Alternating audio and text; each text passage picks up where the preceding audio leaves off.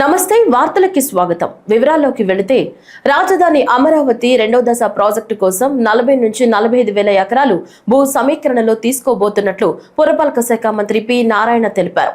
తొలి దశలో 217 చదరపు కిలోమీటర్ల పరిధిలో భూ సమీకరణకు అనుసరించిన నిబంధనలే రెండో దశకు వర్తింపజేస్తామని చెప్పారు. 5,000 ఎకరాల్లో విమానాశ్రయం, 2,500 ఎకరాల్లో స్మార్ట్ ఇండస్ట్రీస్, మరో 2,500 ఎకరాల్లో స్పోర్ట్స్ సిటీ ఏర్పాటుకు ఈ భూమి సమీకరించనున్నట్లు తెలిపారు. ఆ భూమిని భూ సమీకరణలో తీసుకోవాలా, భూ సేకరణ చేయాలా అనే అంశంపై ఒక నిర్ణయానికి వచ్చే ముందు స్థానిక ఎమ్మెల్యేల ఆధ్వర్యంలో ప్రజాభిప్రాయ సేకరణ చేపట్టామని, పెదకూరుపాడు నియోజకవర్గం పరిధిలో 26,000 ఎకరాలు, తాడికొండ నియోజకవర్గంలోని 3 గ్రామాల పరిధిలో 12,000 ఎకరాలు కలిపి 38,000 ఎకరాలు భూ సమీకరణలో ఇచ్చేందుకు రైతులు ఇప్పటికే స్వచ్ఛందంగా ముందుకొచ్చారని ఆయన పేర్కొన్నారు. రెండవ విడతలో భూములిచ్చే రైతులకు అభివృద్ధి చేసిన స్థలాలు 3 ఏళ్లలో అందజేస్తామని ఆయన తెలిపారు. సచివాలయంలో ముఖ్యమంత్రి చంద్రబాబు అధ్యక్షతన సిఆర్డీఏ సమావేశం జరిగింది. అందులో తీసుకున్న నిర్ణయాలను నారాయణ విలేకరుల సమావేశంలో వెల్లడించారు. 48వ అథారిటీ మీటింగు సీఎం గారి యొక్క ఆధ్వర్యంలో జరిగింది. దీంట్లో ముఖ్యంగా ఏదైతే అడ్మినిస్ట్రేటివ్ టవర్స్లో భాగమైనటువంటి జిఐడి టవరు, తర్వాత హెచ్ఓడి ఆఫీసెస్ టవర్స్ 1, 2, 3, 4 వీటికి సంబంధించి టెండర్లు పూర్తయినాయి. జిఐడి టవరు ఎన్సిసి వాళ్ళు L1 అయ్యారు, టవర్ 1 and 2 షాపుంజీ వాళ్ళు అయ్యారు, టవర్ 3 and 4 L&T వాళ్ళు అయ్యారు. ఏదైతే జిఐడి టవర్ ఉందో అది మొత్తం 882 కోట్ల రూపాయలు. అదేవిధంగా టవర్ 1 and 2 1,487 కోట్లు, టవర్ 3 and 4 1,303 crores, మొత్తం 3,673 కోట్లతో ఈరోజు ఏదైతే L1 అయ్యారో దానికి అథారిటీ యాక్చువల్గా అప్రూవల్ ఇవ్వటం జరిగింది. దాన్ని ఇమీడియట్గా ఆ వర్క్ని టేకప్ చేసేటట్టుగా ఆ కన్సర్న్ ఏజెన్సీస్కి ఇచ్చి ఇమీడియట్గా వర్క్ టేకప్ చేయడం జరుగుతుంది. ఎందుకంటే 2014-19లో ముఖ్యమంత్రి గారు ప్రజా పరిపాలన, ప్రజలకు పరిపాలన సులువుగా ఉండాలి, ఒక దగ్గర మినిస్టర్ సెక్రటరీ, ఇంకో దగ్గర హెచ్ఓడి అంటే డైరెక్టర్ ఒక దగ్గర, కమిషనర్ దగ్గర, మళ్ళీ వాళ్ళ కింద ఆఫీసులు ఇంకో దగ్గర ఉంటే ప్రజలు అన్ని దగ్గరకు తిరగాలి, అది చాలా అసౌకర్యం. అందరూ కూడా ఒకే దగ్గర ఒకే ఫ్లోర్ కానీ లేదా 1 or 2 ఫ్లోర్స్లో ఉంటే అక్కడికి వచ్చిన వాళ్ళు మినిస్టర్ని కలిసినా వెంటనే సెక్రటరీని కలవచ్చు, వెంటనే హెచ్ఓడీని కలవచ్చు, కింద ఆఫీసులను కూడా కలిసి పని పూర్తి చేసుకోపోగలనే ఉద్దేశంతో 2014-19లో ఇవి డిజైన్ చేశారు. అయితే 2014-19లో ఇవి స్టార్ట్ చేయడం కూడా జరిగింది కొంతవరకు. అయితే ప్రభుత్వం మారటం వల్ల ఆగిపోయినాయి. మళ్ళా వీటికి సంబంధించి ఎటువంటి లీగల్ లిటిగేషన్ లేకుండా ఆ సమస్యలన్నీ సాల్వ్ చేసి టెండర్లు పిలిచి L1 వచ్చిన వాటిని ఇవ్వటం జరిగింది. ఆ విధంగా ఈరోజు అథారిటీ మీటింగ్లో దీనికి సంబంధించి క్లియర్ చేశారు. ఏపీ సీఎం చంద్రబాబును టాలీవుడ్ హీరో అక్కినేని నాగార్జున కలిశారు. అక్కినేని వారింట మరోసారి పెళ్లి బాజాలు మోగనున్నాయి. ఈ క్రమంలో సినీ నటుడు అక్కినేని నాగార్జున ఆంధ్రప్రదేశ్ సీఎం చంద్రబాబుని కలిశారు. ఉండవల్లిలోని సీఎం క్యాంపు కార్యాలయంలో కలిసి తన చిన్న కుమారుడు అఖిల్ వివాహానికి రావాల్సిందిగా సీఎం చంద్రబాబును ఆహ్వానించారు. ఈ క్రమంలో వివాహ పత్రిక అందజేశారు. అనంతరం సరదాగా కాసేపు ముచ్చటించారు. అయితే గతేడాది నవంబర్లో నాగార్జున చిన్న కుమారుడు అఖిల్ కు జైనబ్ రబ్జీతో ఎంగేజ్మెంట్ జరిగిన విషయం తెలిసిందే. ఈ తరుణంలో ఈ నెల 6వ తేదీన అక్కినేని అఖిల్, జైనబ్ రబ్జీ పెళ్లి పీటలు ఎక్కనున్నట్లు సమాచారం. అయితే నాగ చైతన్య, శోభిత దుళ్లిపాళ్ల పెళ్లి అన్నపూర్ణ స్టూడియోలో జరిగింది. ఈ క్రమంలో వీరి పెళ్లి కూడా హైదరాబాద్ లోని అన్నపూర్ణ స్టూడియోలోనే జరగనున్నట్లు వార్తలు వినిపిస్తున్నాయి.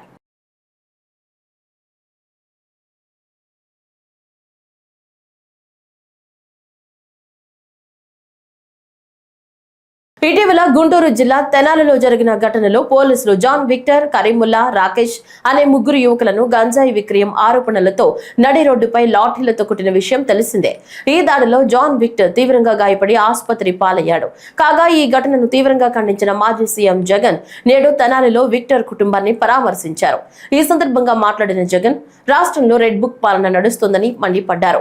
ఈ దాడి పోలీసుల వికృత చర్య అని, రాష్ట్రంలో పోలీస్ వ్యవస్థ పూర్తిగా దిగజారిపోయిందని, ఇందుకు తెనాలి ఘటనే నిదర్శనమని పేర్కొన్నారు.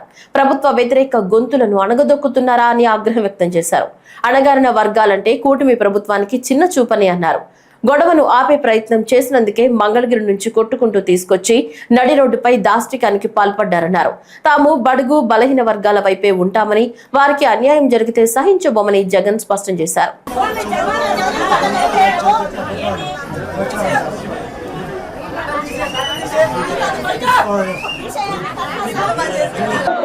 రాష్ట్రంలో ఈరోజు రెడ్ బుక్ రాజ్యాంగంతో ఏ రకంగా అదుపు తప్పిపోతే పోలీస్ వ్యవస్థ ఎంతగా దిగజారిపోతుంది అని చెప్పడానికి నిదర్శనం ఈరోజు తెనాలిలో మన కళ్ళ ఎదుటే కనిపిస్తా ఉన్న సత్యం. ఈరోజు నిజంగా ఈ ఘటన చూస్తే ఎలాంటి దారుణమైన పరిస్థితులు కనిపిస్తాయి అనంటే, ఈరోజు రాష్ట్రంలో జరుగుతా ఉన్న అనేక సంఘటనలు ఒకసారి గమనించినట్లయితే ఆ ప్రతి సంఘటన కూడా ఏ రకంగా చంద్రబాబు నాయుడు గారు ఆయన పార్టీ రెడ్ బుక్ రాజ్యాంగం తీసుకొని వచ్చి పోలీసు వ్యవస్థను దుర్వినియోగం చేస్తూ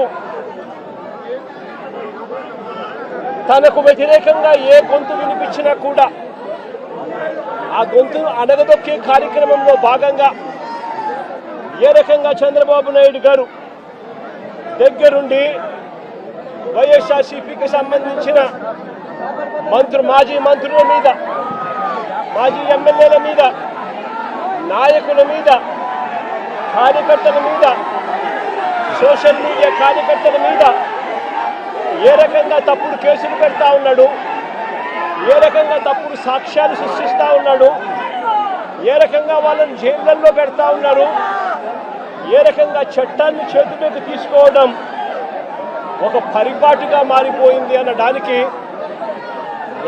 ఈరోజు రాష్ట్రంలో జరుగుతూ ఉన్న రెడ్ బుక్ రాజ్యాంగం మన కళ్ళ ఎదుటే కనిపిస్తూ ఉన్న సత్యం. ఆ రకంగా రెడ్ బుక్ రాజ్యాంగాన్ని ఉపయోగపెడుతూ అదుపు తప్పిపోతే పోలీస్ వ్యవస్థ, ఆ పోలీస్ వ్యవస్థ ఎలాంటి వికృత రూపం దాలుస్తుంది అని చెప్పడానికి నిదర్శనం ఈరోజు తెనాలిలో జరిగిన ఘటన. గుంటూరు జిల్లా తెనాలిలో మాజీ సీఎం జగన్ పర్యటనపై దళిత ప్రజా సంఘాలు నిరసన తెలిపాయి. ఐతానగర్ లో రౌడీ షెట్టులను పరామర్శించడానికి రావడంపై అభ్యంతరం వ్యక్తం చేశాయి. జగన్ కాన్వాయ్ వస్తుండగానే నల్ల బెల్లులతో దళిత సంఘాలు నిరసన కార్యక్రమం చేపట్టాయి. జగన్ కు వ్యతిరేకంగా ఆయా సంఘాల నేతలు నినాదాలు చేశారు. అనంతరం మార్కెట్ సెంటర్ లో మానవహారంగా ఏర్పడి నిరసన తెలిపారు. తెనాలిలో గంజాయి విక్రయాలు, సామాన్యులపై దాడులు, మహిళలపై వేధింపులు, హింసాత్మక ఘటనలకు పాల్పడిన ముఠా సభ్యులను పరామర్శించేందుకు జగన్ రావడంపై విమర్శలు వ్యక్తమవుతున్నాయి. రాజ్యాంగం ద్వారా గౌరవించబడినటువంటి చట్టం మీద పోలీసులపై హత్యా ప్రయత్నం చేసినటువంటి వ్యక్తులని పోలీసు వారు భయం చెప్పే పొందులో 4 దెబ్బలు కొడితే ఆ కొట్టినటువంటి వ్యక్తులు ఒక మానవ మృగాలు రౌడీ షీటర్లు, ఒక్కొక్కరికై 10 కేసులు ఉన్నటువంటి వ్యక్తులు, మర్డర్ కేసులు, గంజాయి కేసులు ఉన్నటువంటి వ్యక్తుల్ని ఈ రోజు జగన్మోహన్ రెడ్డి గారు పరామర్శించడానికి వచ్చారంటే జగన్మోహన్ రెడ్డి గారికి సిగ్గుందా? అసలు ఆ మాట అంటానికి కూడా బాధ. ఎందుకంటే రాజశేఖర రెడ్డి గారు అంటే మా గౌరవం. రాజశేఖర రెడ్డి గారి బిడ్డగా ఒక జగన్మోహన్ రెడ్డి గారిని ఈ సమాజం ఎంత చేదరించుకుంటుందో అర్థం చేసుకోవచ్చు అని చెప్పి తెలియజేస్తూ, మరి నూతక రవికిరణ్ ఇదే తెనాలి ప్రాంతంలో నూతక రవికిరణ్ మాది కులాలకు చెందినటువంటి వ్యక్తిని అతి దారుణంగా ముక్కలుగా నరికి 2022 మార్చి 20వ తారీఖున సముద్రాల పవన్ కుమార్ అలియాస్ లడ్డు అనే రౌడీ షీటర్లు అత్యంత దారుణంగా క్రూరంగా చంపి శవాన్ని కూడా దొరకని పరిస్థితులు చేస్తే ఆ రౌడీ షీటర్ని ఆ రోజు ఖండించినటువంటి జగన్మోహన్ రెడ్డి, ఆ రోజు ఆ ముద్దాయిలకే సపోర్ట్ చేసినటువంటి అప్పటి ఎమ్మెల్యే అన్నాబోతు శివకుమారు, ఆ ముద్దాయిలు సపోర్ట్ చేసినటువంటి అప్పుడు ఎమ్మెల్యే, అప్పుడు మన రాష్ట్ర మంత్రివర్యులు మరి మేరుగు నాగార్జున గారు వీరు పిలిస్తే ఈ రోజు రౌడీ షీటర్ల పరామర్శించడానికి వచ్చారంటే జగన్మోహన్ రెడ్డి గారికి దళితులు ఖచ్చితంగా 2024లో ఏ విధంగా బుద్ధి చెప్పారో, 2024లో ఏ విధంగా బుద్ధి చెప్పారో మళ్ళీ రానున్న ఎన్నికల్లో కూడా అదే బుద్ధి చెప్పాలని చెప్పి తెలియజేస్తున్నాం. అలాగే సమాజానికి ఒక విజ్ఞప్తి చేస్తా ఉన్నారు. అయ్యా, సమాజంలో ఉండే ఒకలారా, దయచేసి ఏఎస్ఎన్ కాలేజీలో చేరకండి, దయచేసి ఏఎస్ఎన్ కాలేజీలో చేరకండి. ఏఎస్ఎన్ కాలేజీలో చెప్తున్నటువంటి పాఠాలు, మెయిన్ చెప్తున్నటువంటి పాఠాలు గంజాయి ఏ విధంగా సేవించాలి, గంజాయి ఏ విధంగా అమ్మాలి, మట్టలు ఏ విధంగా చేయాలి, బట్టల నుంచి ఏ విధంగా తప్పుకోవాలి, ఇలాంటి క్లాసులు ప్రత్యేకంగా అన్నాబోతు శివకుమార్ గారే పెట్టిస్తున్నారు, చెప్పిస్తున్నారు. దయచేసి ఈ కేసుల్లో జగన్మోహన్ రెడ్డి వీరికి సపోర్ట్ చేస్తే ఖచ్చితంగా జగన్మోహన్ రెడ్డికి బుద్ధి చెబుతాం. వైసీపీ అంటే నేరస్తులకు కొమ్ము కాసే పార్టీ అని ఎమ్మెల్యే పొలిట్ బ్యూరో సభ్యులు నక్క ఆనంద్ బాబు అన్నారు. ఈ సందర్భంగా మీడియా సమావేశం ఏర్పాటు చేశారు. ఆ వివరాలు ఇప్పుడు చూద్దాం. జగన్మోహన్ రెడ్డి ప్రజల మీద కోపం రోజు రోజుకి పెరుగుతూ ఉంది. ప్రతిపక్ష హోదా కూడా ఇవ్వని జనం అంటే అతనికి ఒక రకమైన జుగుప్స కలుపుతూ అవుతాయి. రోజు రోజుకి ఫ్రస్ట్రేషన్ పెరిగిపోతూ ఉంది. లేకపోతే ఏంటి, 5 ఏళ్ళు సీఎంగా చేశాడు, 5 ఏళ్ళు ప్రతిపక్ష నాయకుడిగా ఉన్నాడు. ఒక రౌడీ షీటర్లు, స్నేచర్స్, బ్లేడ్ బ్యాచ్లు, గంజాయి బ్యాచ్లు, వీళ్ళకి అండగా నిలబడి సభ్య సమాజం ఏమనుకుంటుందో కూడా ఆలోచన చేయకుండా ఎగబడిపోతా ఉన్నాడు. సమాజానికి ఏం సందేశం ఇవ్వాలనుకుంటున్నాడు? ఈయన అయిపోయింది, మాజీ ముఖ్యమంత్రి, ఇక లేదు, రాజకీయంగా అవకాశం లేదు, ప్రజా జీవితాన్ని పనికిరాడు. ఈ గంజాయి అమ్ముకునే వాళ్ళు, డ్రగ్స్ డీలర్లు, పెడ్లర్సు, ఈ బ్లేడ్ బ్యాచ్లు, వీళ్ళందరూ గౌరవాధ్యక్షుడిగా పెట్టుకుంటే బాధ్యతన్నాయి. లేకపోతే మద్యం కుంభకోణం, రాష్ట్రంలో వేల కోట్ల రూపాయల మద్యం కుంభకోణంలో తన సహచరులు, అనుచరులు, బంధువులు, మిత్రులు అందరూ కూడా జైలుకి వెళ్తా ఉన్నాడు ఒకడొకడు. వాళ్ళ తర్వాత మొత్తం ఏళ్ళన్నీ కూడా తాడేపల్లి ప్యాలెస్ వైపు చూపిస్తూ ఉన్నాయి. ఈ అంశం పెద్ద చర్చనీయాంశంగా ఉంది రాష్ట్రంలో. ఇటువంటి అంశాల నుంచి పక్కదారి పట్టించడం కోసం ఇలాంటి చౌకబారు పనులు చేస్తూ ఉన్నాడు. లేకపోతే ఒక రౌడీ షీటర్లు పోలీసుల మీద హత్యాయత్నం చేసి వారేదో కొట్టారని చెప్పి నానా యాగి చేసి ఆ తెనాలి వెళ్ళి అక్కడ ఏదో నేరాలు ఘోరాలు జరిగిపోయినట్టుగా మాట్లాడి వాళ్ళని సమర్థిస్తా. ఆ రౌడీ షీటర్లు, గంజాయి బ్యాచ్ ఎవడైతే ఉన్నాడో వాళ్ళు ఏదో గంజాయి అమ్మడం నేరం కాదు, ఆడపిల్లను గొడవ చేయటం నేరం కాదు అన్నట్టుగా ఉంది ఇతను చేసేది. హీరో శ్రీకాంత్ కి ఆలయంలో వ్యక్తిగత ప్రత్యేక పూజలు చేశారని శ్రీకాళహస్తి ఆలయ పూజారిపై సస్పెన్షన్ విధించారు. ప్రముఖ పుణ్యక్షేత్రం శ్రీకాళహస్తి ఆలయ వేద పండితుడిపై సస్పెన్షన్ వేటు పడింది. సినీ నటుడు శ్రీకాంత్ కుటుంబానికి ప్రైవేట్ గా నవగ్రహ శాంతి పూజలు నిర్వహించిన వ్యవహారంపై శ్రీకాళహస్తి ఆలయ అర్చకుడిపై ఆలయ అధికారులు చర్యలు తీసుకున్నారు.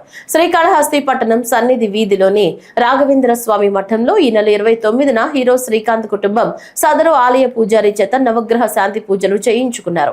ఈ క్రమంలో ముఖంటి ఆలయంలో పనిచేసే కొందరు అర్చకులు, వేద పండితులు నిబంధనలకు విరుద్ధంగా శ్రీకాంత్ దంపతుల కోసం పూజలు నిర్వహించారు.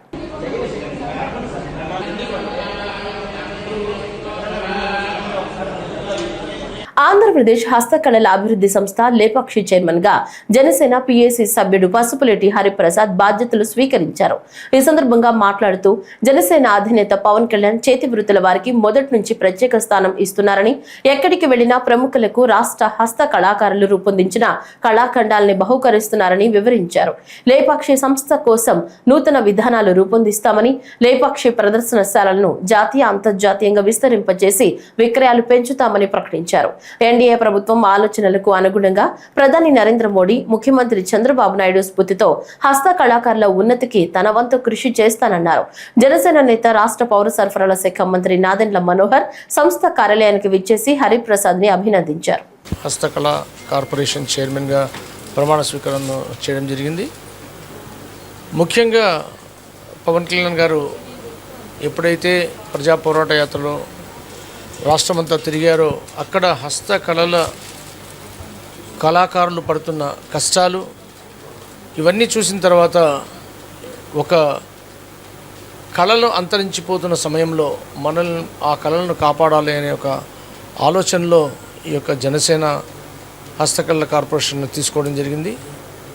పవన్ కళ్యాణ్ గారు మీరు గమనిస్తే చూడొచ్చు, ఈరోజు ఈ కళాకారులు చేసిన బొమ్మల్ని, చెక్క బొమ్మల్ని ప్రధానమంత్రి మోడీ గారికి అయితే ఏమి, అమిత్ షా గారికి అయితే ఏమి ఆయన ఇస్తున్నారు అంటే ఆయనకు ఈ యొక్క హస్తకళాకారుల పైన ఉన్న మక్కువ చాలా ఎక్కువ. ఖచ్చితంగా ఈ హస్తకళలు ఈ రోజుల్లో అంతరించిపోతున్నాయి. వాటిని కాపాడాల్సిన బాధ్యత మనందరికీ ఉందనే భావనతో పవన్ కళ్యాణ్ గారు ఈరోజు ఈ యొక్క హస్తకళల కార్పొరేషన్ని జనసేనకు తీసుకోవడం, దానికి నన్ను చైర్మన్గా చేయడం ఆయనకు మరొకసారి పాదాభివందనలు తెలియజేస్తున్నాను. ఖచ్చితంగా ఈ యొక్క ఆర్గనైజేషన్ లేపాక్షి అని పిలువబడుతుంది మన ఆంధ్రప్రదేశ్లో. మనము కళాకారులు అంటే ఆర్టిజన్స్ యొక్క how to protect, how to promote, how to make the organisation profitable. అంటే ఈ ఆర్టిజన్స్ని ప్రొటెక్ట్ చేయాలి, వాళ్ళు చేస్తున్న వస్తువుల్ని ప్రమోట్ చేయాలి, ఆ వస్తువుల్ని మార్కెట్లో తీసుకుని వాటిని ప్రాఫిటబుల్గా చేయాలనే 3 ఆలోచనలతో పీపీపీ మోడల్ అంటారే ఆ ఆలోచనలాగా మనం చేసి హస్తకళలను కాపాడాలి, కళాకారులను మనం ఆదుకోవాలి. ఆదుకోవడమే కాదు, వాళ్ళ జీవిత పరిమాణాలను కూడా పెంచే విధంగా ఇది ఉండాలని ఆయన యొక్క ఆలోచనలకు అనుగుణంగా ఖచ్చితంగా ఆ దేవదేవుడి ఆశీస్సులతో మనసా వాచా కర్మన ఈ యొక్క కార్పొరేషన్ చైర్మన్గా ఈ కార్పొరేషన్ అభివృద్ధికి, అలాగే హస్తకళాకారుల యొక్క వాళ్ళ మేలుకై జనసేన పార్టీ గట్టిగా పనిచేస్తుంది. ఏపీలో ఎన్డీఏ కూటమి ప్రభుత్వం అధికారం చేపట్టి రేపటికి ఏడాది పూర్తి కానుంది. ఈ క్రమంలో వైఎస్ఆర్సీపీ కూటమి ప్రభుత్వం ఈ ఏడాదిలో రాష్ట్రానికి చేసిందేమీ లేదని, ఎన్నికల సమయంలో ఇచ్చిన హామీలు మరిచారని విమర్శలు చేస్తున్న విషయం తెలిసిందే. ఈ నేపథ్యంలో రేపు వెన్నుపోటు దినోత్సవం నిర్వహిస్తామని వైసీపీ అధినేత వైఎస్ జగన్ పేర్కొన్నారు.